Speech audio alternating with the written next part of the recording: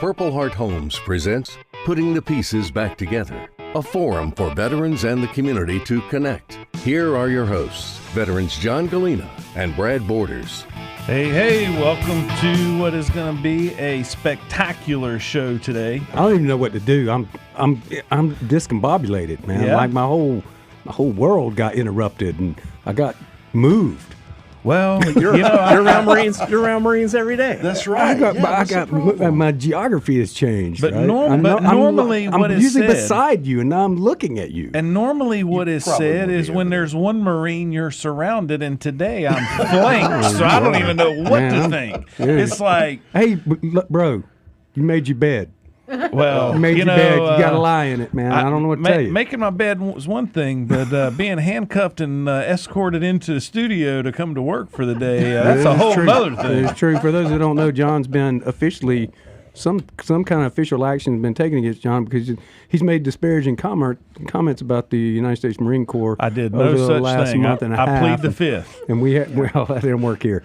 Right, all I'm saying is truth is truth. And Paul's got a document here that comes from our illustrious sheriff here. Yeah, why Darren are you Campbell. here today, Paul? Yeah, why are you here? Well, I'm here today, and I think we maybe need to make the introduction first here. So today we have with us as guest the 37th Commandant of the Marine Corps, General Robert Neller. Hoorah! And just for context, for people that might not know, there have been fewer of him than there have been presidents in the United States. This is true. That's a small This club. is true. It is So- a special honor for us as Marines that to have him on the show. Indeed. So, General, what we want to do with you today, I want to start off with this because we have to get John a pardon from all the Marine mothers who have come to bat for their Marine sons and daughters here recently. And to give you a little bit of context, we were taught to improvise, adapt, and overcome. And John and I have been traveling a lot this year, and we had an episode when we were going to Virginia.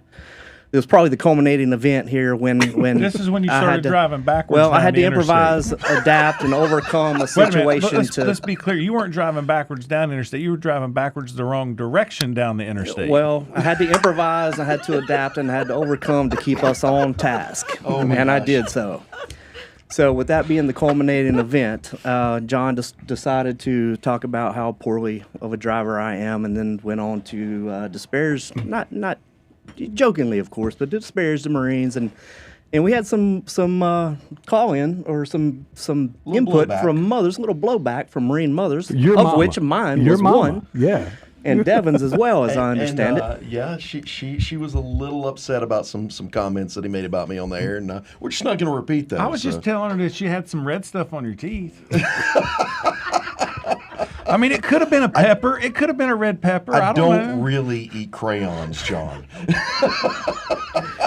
So our sheriff came in the other day on the show and wrote John a citation, and the citation is... Wait a minute. This is not a citation for anything good. This is a ticket. This is a warrant ticket. for arrest, the state of North Carolina versus John Galena.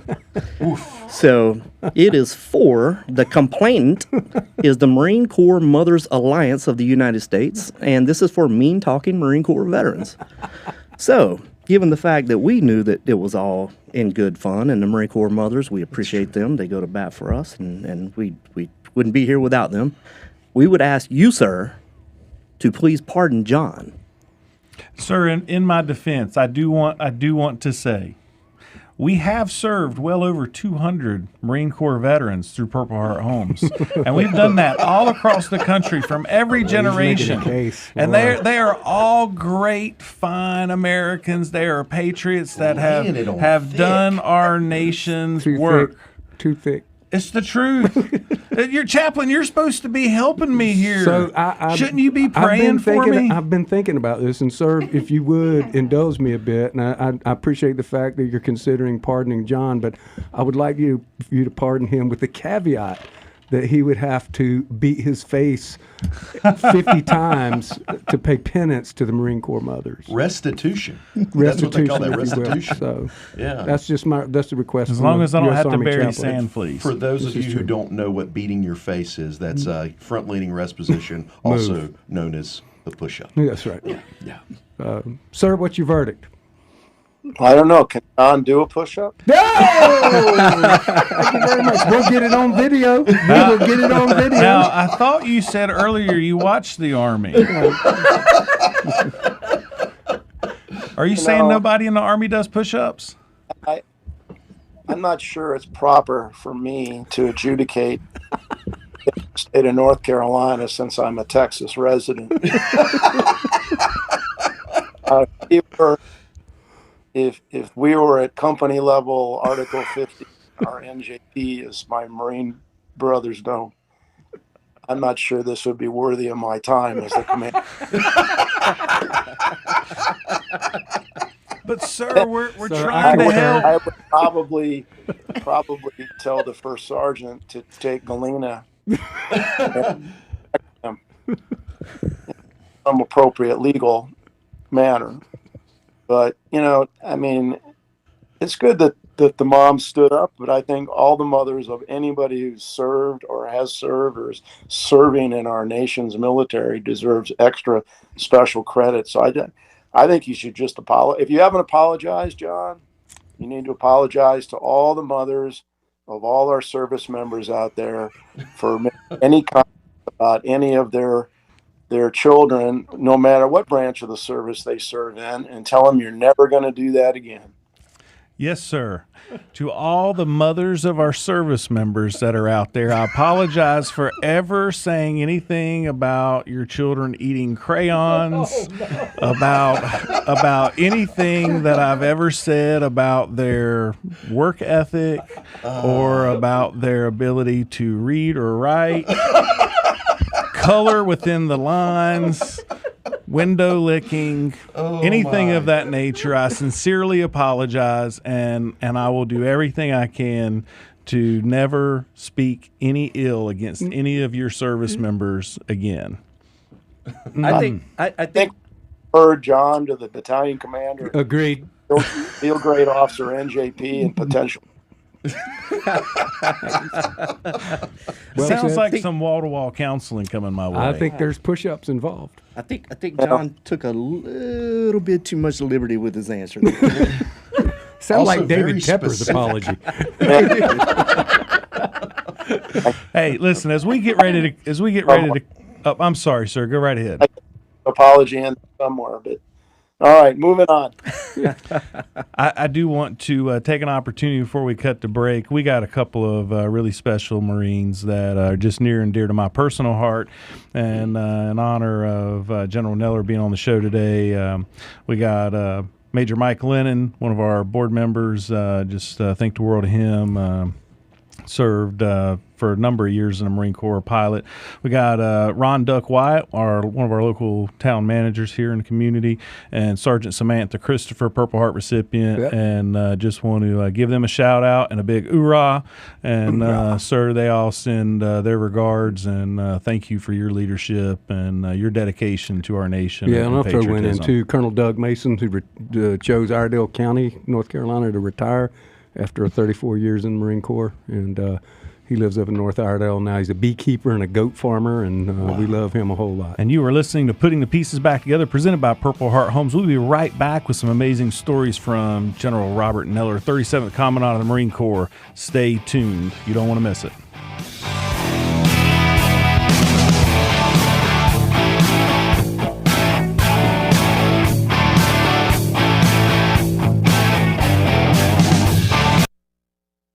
Putting the Pieces Back Together with John Galena and Brad Borders will return after this short break on the new 105.9 100.7 WSIC. All right, sir, we are still live, although we are in a commercial break on terrestrial radio. And so we got about 3 minutes here. And just typically during this time, we just do some kind of more short stories a little bit. And so when we get back on air, you know, one of the things we'll want to talk about is kind of what led you into the service. But one of the things we always like to hear about in these breaks is, you know, who's somebody that inspired you? Like when you were young, was it your dad or a relative or somebody that inspired you that you looked up to that kind of influenced you to want to join the Marine Corps? I don't know why. I think my dad was in the Army. His brother was a Navy pilot. A lot of the guys, my dad was a building contractor. He actually built homes. And a lot of the guys that worked for him, this was all in the 50s. So these guys had come back from World War II or Korea. And they were the guys that dug the basement, laid the foundation, framed the house, did the plumbing, did the electrical, did the finishing work. They were all vets. And so I remember I just for whatever reason, not because my parents pushed me, I just had a very active interest in military history. And although my parents never pushed me to go to an academy, sometimes I wonder why they didn't. Or even ROTC. So when I went away to college, I had actually zero thought about going in the military. And Wow. I mean, it was in the back of my mind, but you remember now that was in the late 60s. I graduated from high school in 71. So Vietnam War was at its peak. I remember the Air Force Academy recruiter came to our high school, and I went to hear his presentation, and there was a anti-war sit-in by some of the students, and he wasn't allowed to do his presentation. So that was kind of the climate that I lived in a university town, and I mean, there was nothing violent about it. They just, people were all over the country. It all were Vietnam, and people forget Vietnam was a very unpopular war. It certainly was. Hey, sir, we're getting ready to go back live on the radio in about 10 seconds. Thank you, sir. Headers.com to take your car's performance to the next level. Proud sponsor of Putting the Pieces Back Together. Call now to speak with John Galena and Brad Borders at 704-873-1400. It's Putting the Pieces Back Together on WSIC.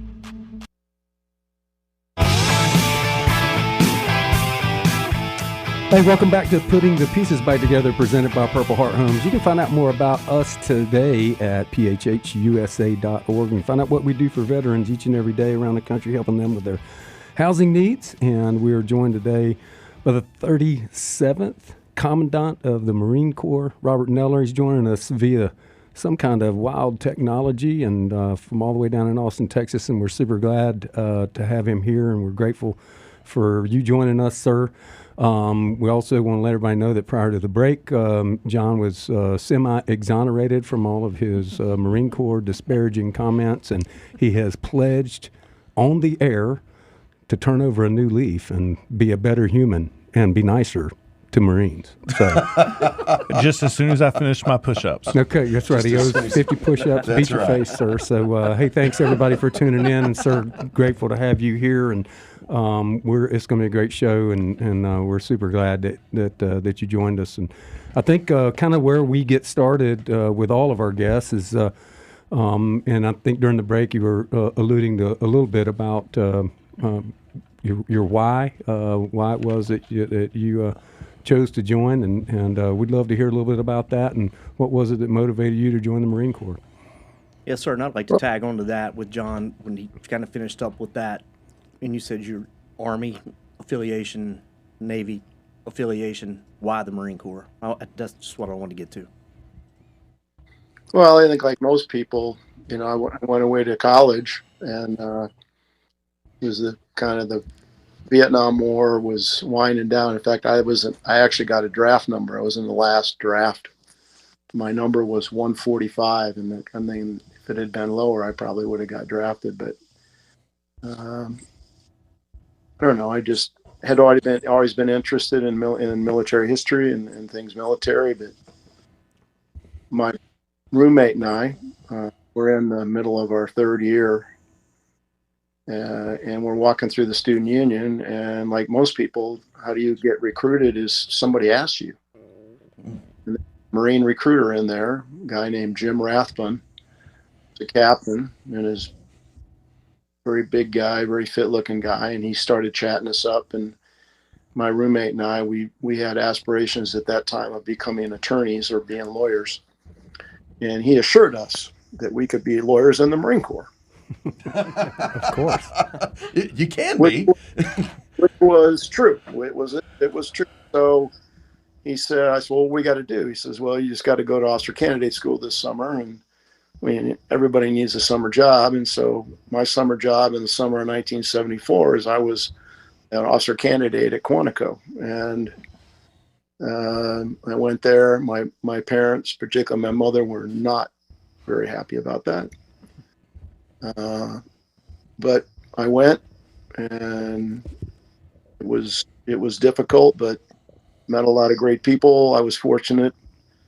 The guy that was our platoon sergeant was a gunnery sergeant by the name of Orozco, and he was an incredible leader. I don't ever remember him uttering a single word of profanity. He didn't have to. He ran 3 miles in about 15 minutes. Wow. And That's he impressive. just basically, we just, for whatever reason, he had a way about him. And so we got done, and I went back to school for my last year. I was in incredible physical condition, and, you know, things happen. My parents were getting divorced. So they had helped pay for my school. I wanted to get married to this girl, and I needed a job, and I didn't get into the law schools I wanted to get into. And the Marine Corps said, well, we'll give you a commission. You can go be a second lieutenant for 3 years. And I said, you know, that's my plan. I'm going to go do this for 3 years. And that's what happened. So I signed up and ended up getting a commission, and ended up being assigned as an infantry officer, and ended up marrying this girl who's now been my wife. This year it'll be for 49 years. Congratulations. Congratulations. And That's you know, great. and stuff happens. You know, like my late father-in-law used to say, life is what happens when you're planning other stuff. Well, you are the embodiment of the term that no plan survives first contact. Absolutely. I mean, I liked it. I liked the people. I mean, there were days, I mean, like anything else, some days you're like, I don't, you know, some days were better than others, but I like the people. I like the mission. My wife, I was fortunate. My wife liked moving around. You know, 3 years turns into 5, and then you have a kid, and then another kid, and 5 turns into 10, and then 10 turns into 20, and you have another kid, and now you got responsibilities. And for some reason unknown to anyone other than the higher being up above, they kept promoting my dumbass. despite my best efforts to screw it up. I think it's because you were so kind and willing to give pardons. I don't think that had anything to do with that. Sir, I think the Aussie phrase, John, was semi-pardon. Yes, sir. At what point did you realize that you were going to be on track to not just commandant but general? I mean, that's never. Yeah. So I think anybody who, I mean, everybody wants to be promoted. Everybody likes to be recognized. Everybody tries. I think most people try to do a good job. But I never. I think I didn't really believe. I was never like the, you know, number one person. I got better. I was fortunate. I always was. I had good commanders. I had really good staff, non-commissioned officers who kept me out of trouble. As I look back, I can only think of 1 or 2 exceptions where I didn't have really good senior enlisted who were there to like, hey, sir, yeah, you really want? Do you know what you just said, or do you really want to do that, sir? They're like, you know, and I mean, guys like Joe Hool, Bob Hollub, Jim Jones,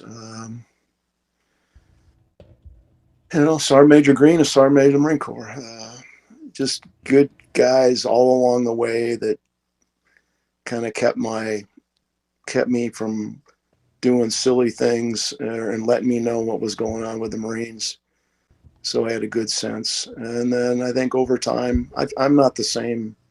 I'm a much different leader. I was a horrible lieutenant, I think. I almost got fired in my first job because I just kind of started to cop an attitude because things changed. I didn't like what I was doing. They moved me from one platoon to another. And the platoon I didn't have a good staff NCO, and I got really discouraged. And I had heard that my company commander was going to relieve me and send me to H&S company, and they were going to put me in charge of the chow hall. Oh, wow. Wow. This is a true story. So I heard that, and so that began like, oh my God, that can't happen. So we were in Okinawa, and I went over to his room one night, and I knocked on his door, and I asked him if we could talk, and I told him I knew I was screwing up, and I would fix myself. Please let me stay in Lima Company. Please, I'll do anything. Just don't let me stay. I'll fix myself. I'll square my ass away. And he did. That's he awesome. did. And I tried to be a little more less argumentative, I guess would be the proper term. Well, if it makes you feel any better, from an enlisted perspective, all second lieutenants are terrible. So I think you might have just gotten hot water with the general. I think second lieutenants are trying to do the best they can, and if they have good NCOs, their NCOs look out for them. I had the first platoon I was in, we had 3 squad leaders: Sergeant Bacon, Corporal Thomas, and Corporal Douglas, and they were good guys. I'm not sure how well educated they were, and Sergeant Bacon was a very quiet, very Christian guy, but I'm not sure how, I guess the correct term would be book smart he was. But the man could land navigate like anybody. I was never lost. Again, unusual for a second lieutenant. We'd be out in the middle of nowhere. We'd be up in the northern turning area and down in some bottom or ravine, and I'd go, Sergeant Bacon. And he'd go, yes, sir. And he says, here, I think we're here on this map. What do you think? Because I was smart enough to know Sergeant Bacon probably knew better than I did where the hell we were.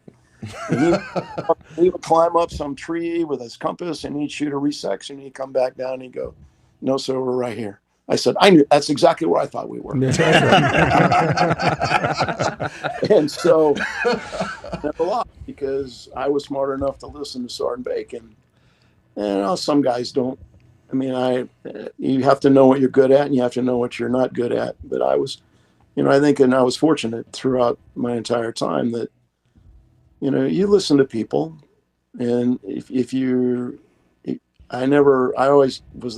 believe I was the kind of person, and I think most people would tell you this. If I said to you, hey, I want to know what you think about this, then I really did.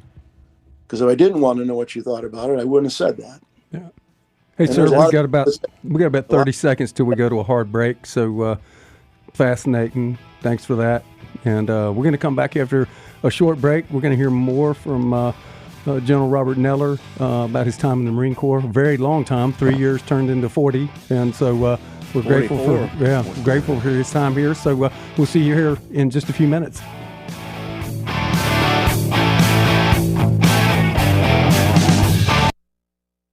More Putting the Pieces Back Together with John Galena and Brad Borders, coming up on the new 105.9 100.7 WSIC.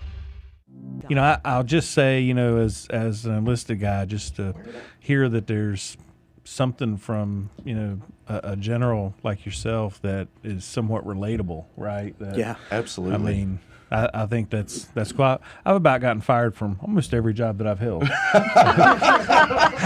Yeah. But it didn't have anything to do with making fun of Marines. So.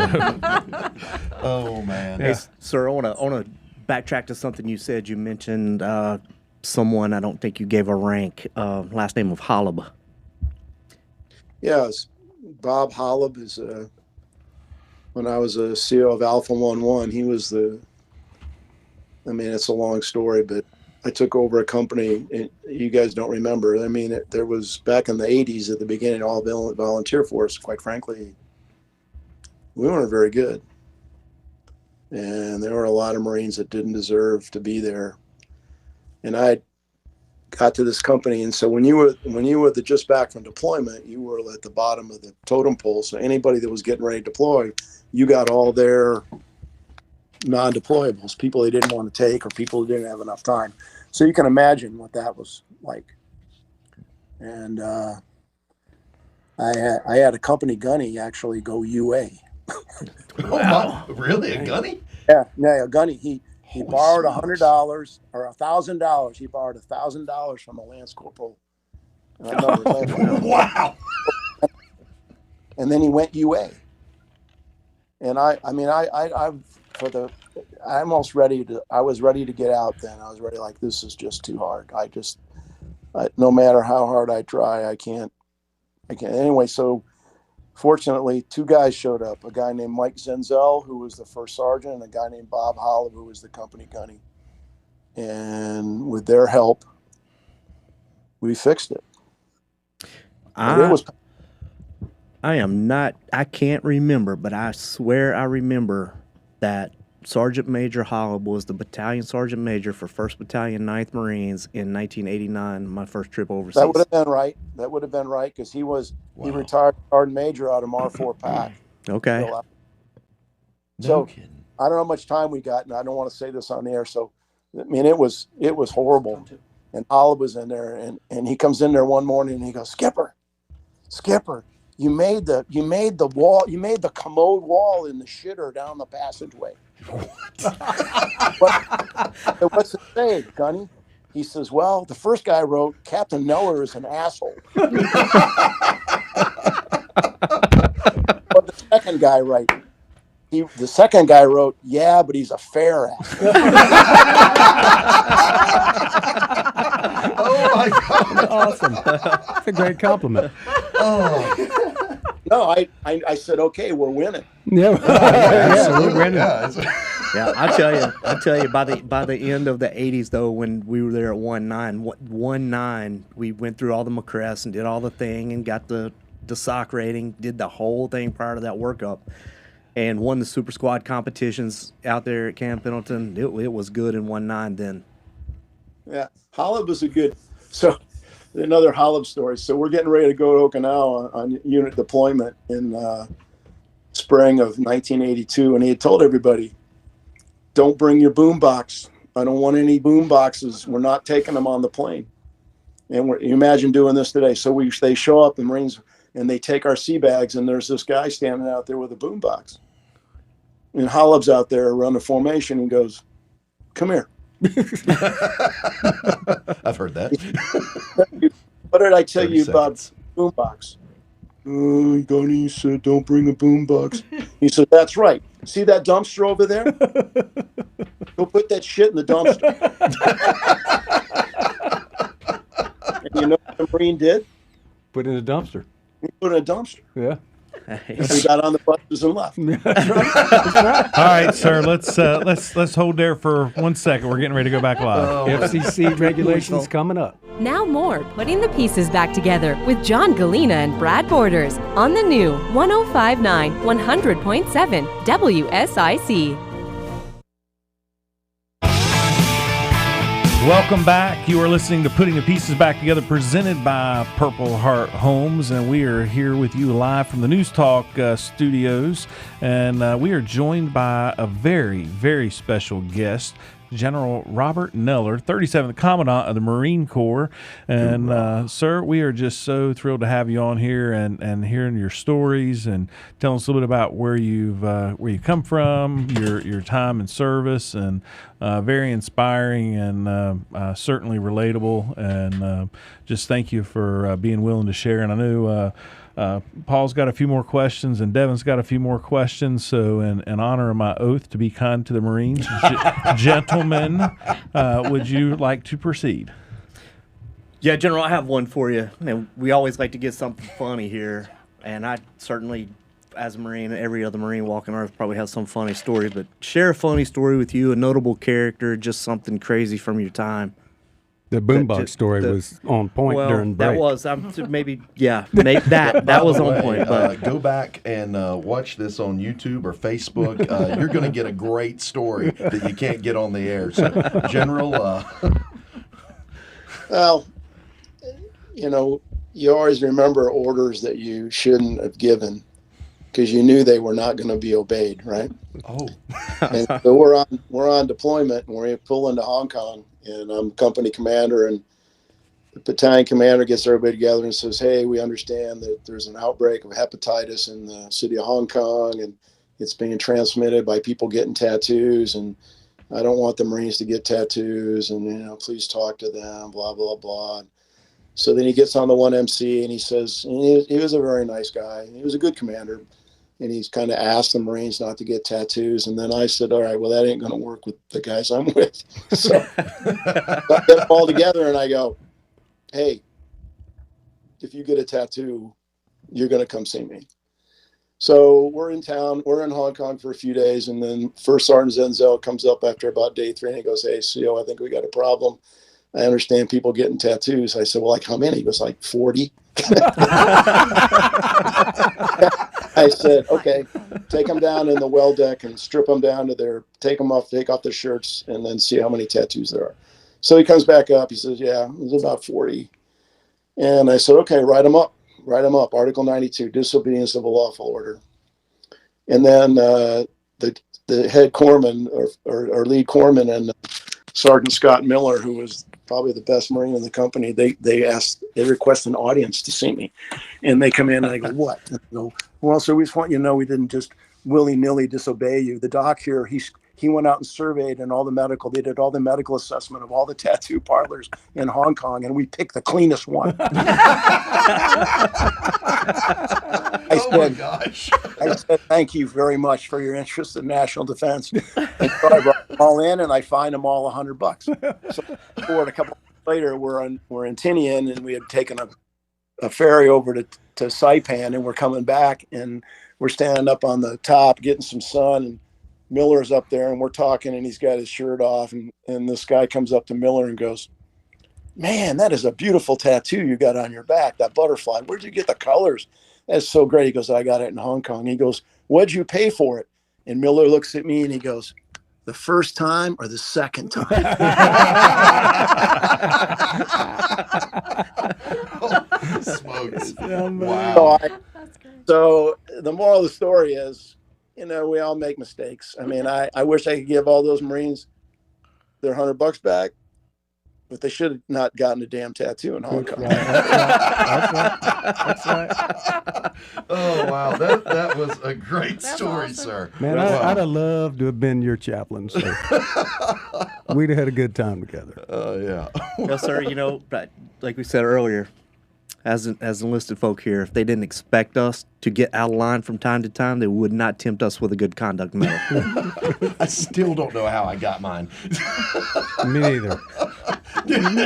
Just for the record, since y'all think I'm a hater, I got a good conduct medal too. I also don't know how funny? you got yours. Yeah, I do.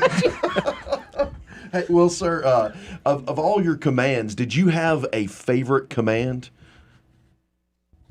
I don't. Everybody asks me that. They said, what was the best command? What was the best duty station? I mean, it was a great honor and privilege to be the commandant. I mean, it wasn't. Yeah. Are you having a good time? And I'm like, no. this is really hard.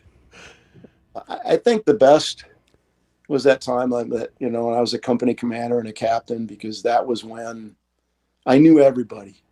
Yeah. I knew every Marine. I knew their name. I knew about their family. I knew something about them. And we were out in the field. We were sleeping on the ground together. We were getting wet together. We were sweating together.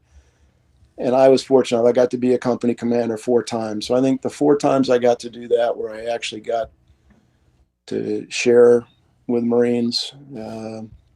As organizations get bigger, your responsibilities change, and you have to kind of adjust. But you're always looking to try to make Marines believe and see that you're there and that you give a shit. I mean, I know probably not proper language, but people ask me, says, what do you want to be remembered by? Or what do you want your legacy to be? And I'm like, I want people to remember that they thought I cared about them. Mm-hmm. Wow. That's a good legacy. That's strong. That's always something you want to hear from your leaders, and I don't think that we often hear that enough. Although I will say that I was about to say a word not FCC regulated, as much crap as John gives us all at here, we do know that our leader at Purple Heart Homes does care about us. He does show us that every day, but No, he doesn't. I was about to reply with a thank you. It's so thick in here. Do you see, sir, So the predicament that they gosh. put me in? I try to be nice to one Marine, and another Marine jabs me in the back with a big stick when I turn to say thank you so much. Look, I appreciate you. It was so thick coming out of him. But you know what? Let me just tag on there. You know what? I think that is just such a great example. Twofold. Number one, I think the idea of being a leader, right, and caring about your family is not that you just always do what they want for you, or that you're just always giving to them. But sometimes it's about holding accountable, right? Absolutely. Sometimes it's about you care enough about them that you make them throw the boombox into the dumpster. True. Right? Or you tell them that they can't get a tattoo, and likewise. You also have to have a sense of humor and not an ego that says, you know what, Paul, you're right. Sometimes I might not have to be so nice, and I can take that too, and I can accept that, and I think that's a part of it, right? Is that you can take that little bit of criticism and that you have thick skin, just like you have to give tough love. Yeah, true. Yep, Don't disagree with that. I worked for a guy once. He told me, he said, you know, what are the two most important qualities for a Marine? I go, no, sir. What is that? He goes, this discipline and a sense of humor. Mm-hmm. Yeah. Yes, sir. Yeah. Yep. Yeah, you got to have both of those for Dad Burn, sure. I would agree with that. Yeah, I mean, if you can't laugh at stuff, if you serve in the military, whatever branch, and there's gonna be times where you're gonna figure out a way to laugh, or you're gonna find the exit door real soon, right? I mean, because it's just yeah. Sir, we got 1 minute left here before we go to our last break, and before we do that, I just want to state for the record that Paul's illustrious wife, Mandy, is in the chat room here, and she is picking on Paul's driving skills, or at least calling out Paul's driving skills. So does that give me permission to talk about or disparage his driving skills as a Marine? No, it doesn't. She outranks you. Can I just take this one, because I think that folks that live in glass houses should not throw rocks. And I've ridden with both these men. Sir, do not allow them to be your chauffeur. Hey, we're going to head right into break, and we'll be back here in just a few minutes. We've got Marine Corps Commandant General Robert Neller with us. It's been an outstanding show. We got a few more minutes left, so you don't want to miss this. We'll see you here back in just a few on WSIC News Talk Now. There's more Putting the Pieces Back Together with John Galena and Brad Borders on the way from the new 105.9 100.7 WSIC. Yeah. All right, you guys are back. There's still three words. Sir, I can remember it. Sir, what great stories. This is phenomenal. I know Paul's got his note card here with a couple more questions for you, but I just, in my thought process as we're going through this, I could listen to you all day. I mean, it's just what you're saying. I think is phenomenal. Is there anything you'd just like to share? Any thoughts that you have without us just prompting with a question? Anything you'd like to share? I think you guys have all been there, and just like was said, there's not much you can do when you've been in the Marine Corps or the Army for 10 years and you're sitting under the same damn tree getting rained on. Yeah. I am making absolutely no progress in my life. I'm under the same tree I was 10 years ago, and I'm freezing and I'm getting rained on. Mm-hmm. And nobody seems, but the people that you're with, if they share the risk with you, and that's why we have to have a sense of humor, because it's hard. I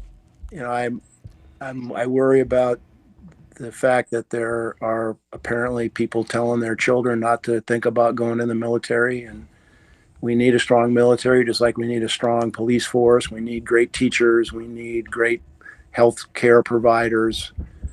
And all those jobs are woefully underpaid, and people are looking to do something else. And I wish there was a way we could figure out how to re-energize the sense of national service in our country, just for the good of the whole. Sir, I don't disagree with you.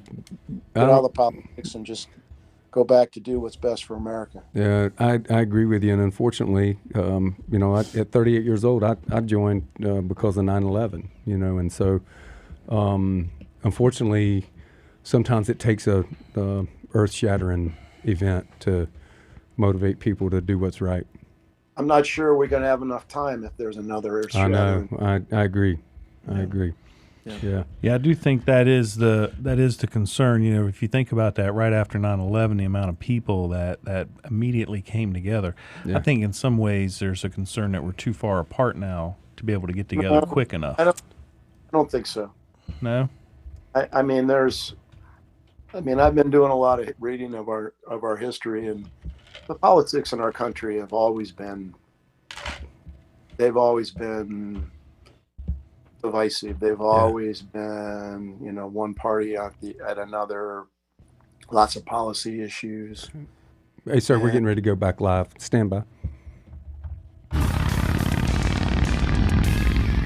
Now more Putting the Pieces Back Together with John Galena and Brad Borders on the new 105.9 100.7 WSIC. Hey, welcome back to Putting the Pieces Back Together, presented by Purple Heart Homes, and we are so glad you're here with us today. We are joined and have been joined the whole show by retired Commandant of the Marine Corps, Robert Neller, and we've been hearing some amazing stories and bits of wisdom, and all of us in the studio today, and hopefully those that are listening have learned a lot, and we're just really humbled and grateful that you took time out of your day to spend with us, sir. And it's wonderful to hear from you. And if you want to know more about General Neller, you just Google his name. I mean, you can find a plethora of information on him. I would recommend everybody watch his commencement address from Hillsdale College in 2019. He's doing that in uniform. Sir, I believe you were still serving on active duty at the time. That was prior to your retirement. Yep. And it's a really, and if you, and one of the things that I always remember about the leaders that I loved and respected, and my commanders down at Fort Bragg, is that I always could characterize a good leader when I didn't know them was by how long they spoke and what they said in the time that they spoke. And the leaders that I respected the most were in and profound, and then got out quick. And his commencement speech is about 11 minutes long, but it is really, really good. And I would commend everybody to go out and watch that. And Paul and I were talking about this today, and there was 3 points that you brought out in that speech, sir, that meant a lot to me. Paul, like any good Marine, wrote them down as I was telling him about those. And Paul, if you would, in general, you might want to expand on these. But what were they, Paul? 1 was effort matters. 2 is perseverance, because you will face adversity in life. And 3 is character counts. Words to live by right there. Words to live by. I mean, those are, I do some public speaking, and those are kind of the 3 main things, but I don't know how much time we got. But the effort matters. The story behind that is I was at MCRD San Diego as a first lieutenant, and we're still at the outset of the all volunteer force, and we didn't get a lot. Some of the recruits we got, let's just say, were not the best. And a couple of times we would you see pictures of General Wilson looking at a young man who's clearly way overweight. Anyway, so I was on my last series, and a friend of mine was running a special training unit, which is where they sent recruits who couldn't pass the initial PFT. And he calls me up and he goes, "Hey, I got this recruit He's lost over 100 pounds. He can run 3 miles in 21 minutes. He can do all the sit-ups. He just can't do a pull-up. He's lost 100 pounds. He just can't do a pull-up. Man. And I should have discharged him. He's been here 120 days. Remember that. Imagine that. You've been at boot camp 120 days, and you have not even started training day one. Oh, wow. Wow. So I said, being the cocky, arrogant first lieutenant that I was, said, yeah, I'll take him. So he comes down there, and I see the guy. He's just so happy. Imagine you've been there for 4 months. You've lost over 100 pounds, and you're finally starting training. And he knew everything. He knew the routine. He was going to be a great private. I just had to get the guy to do a pull-up.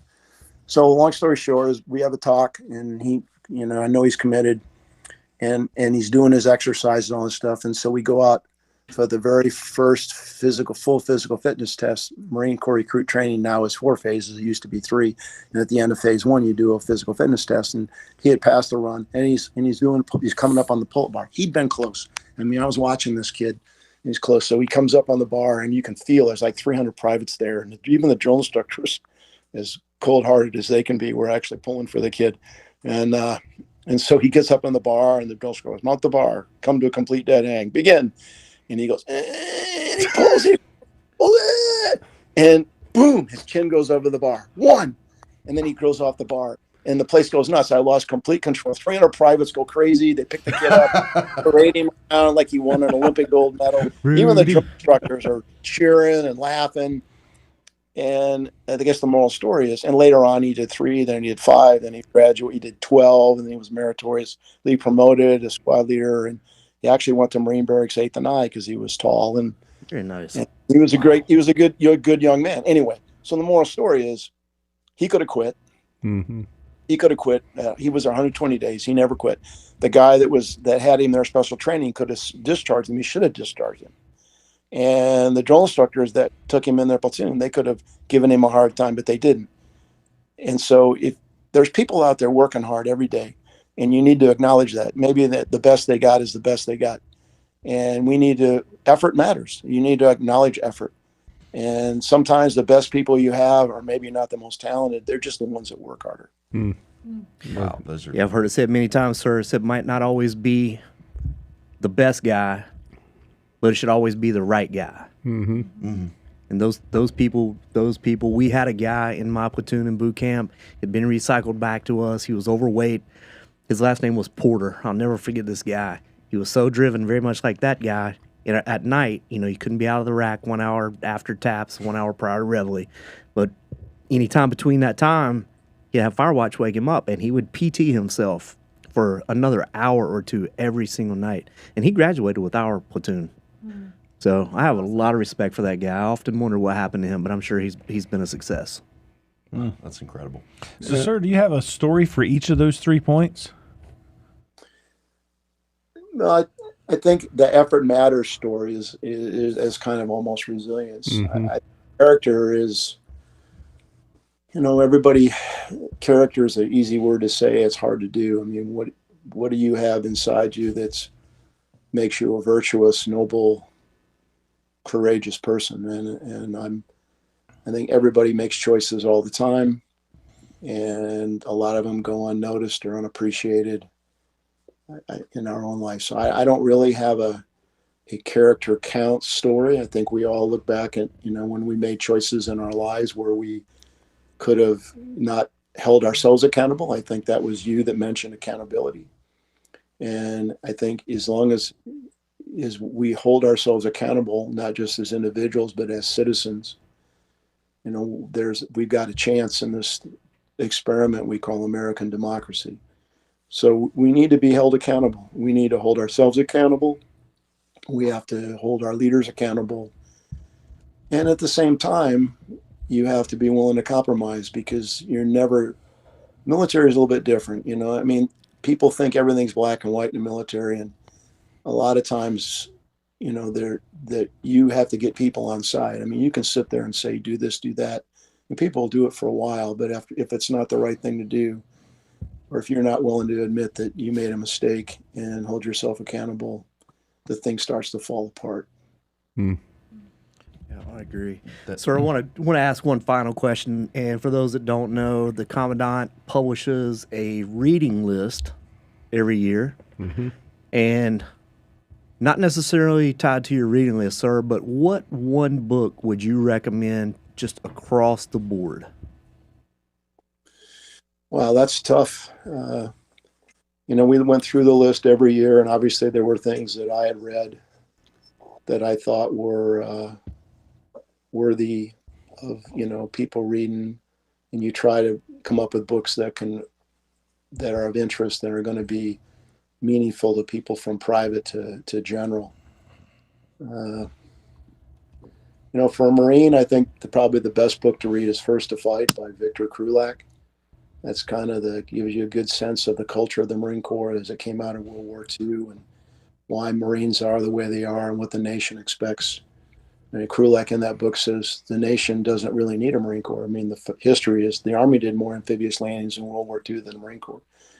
But the nation wants a Marine Corps, and they want a Marine Corps because they want to have a group of service members, soldiers of the sea, if you will, that they have confidence in. They're going to go no matter where they're told to go, and they're going to fight and they're going to win. And if we ever lose that, then we really don't need to have a Marine Corps. As far as a book I really like, it's called The Anatomy of Courage, which is written by a guy named Moran. Moran was a doctor in World War I with a British unit, and later he became Winston Churchill's personal physician. And he writes about what he saw and how people were resilient or not resilient in the trenches in World War I, which was just absolutely horrifically brutal, horrible fight, and what people did to get out, and why some people were able to carry on and why they were. But the quote from Moran I remember is that something like this, I'll paraphrase it. Every person, even the best of us, is like a fine suit of clothes. No matter how well made, we will eventually wear out. Wow. And so Moran was like, look, I can do all the discipline stuff in the world and do all this stuff, but at some point, every one of us, unless you're a psychopath, you're going to break. And so we have to be conscious of the mental aspects of war just as much as we are of the training and the physical and the material aspects. Absolutely. Wow. Normally we have to ask kind of what's that advice that you'd give to somebody that's just getting out, or maybe somebody that's getting ready to go in. But that was phenomenal. And sir, just cannot thank you enough for your service to our nation, your family service to our nation. And we every one of us salute you. And as I'd like to end the show with just one final hoorah to you, sir. And to all our Marines out there, we really do love you, and you have every ounce of our respect. 50 push-ups, John. Semper Fi, sir.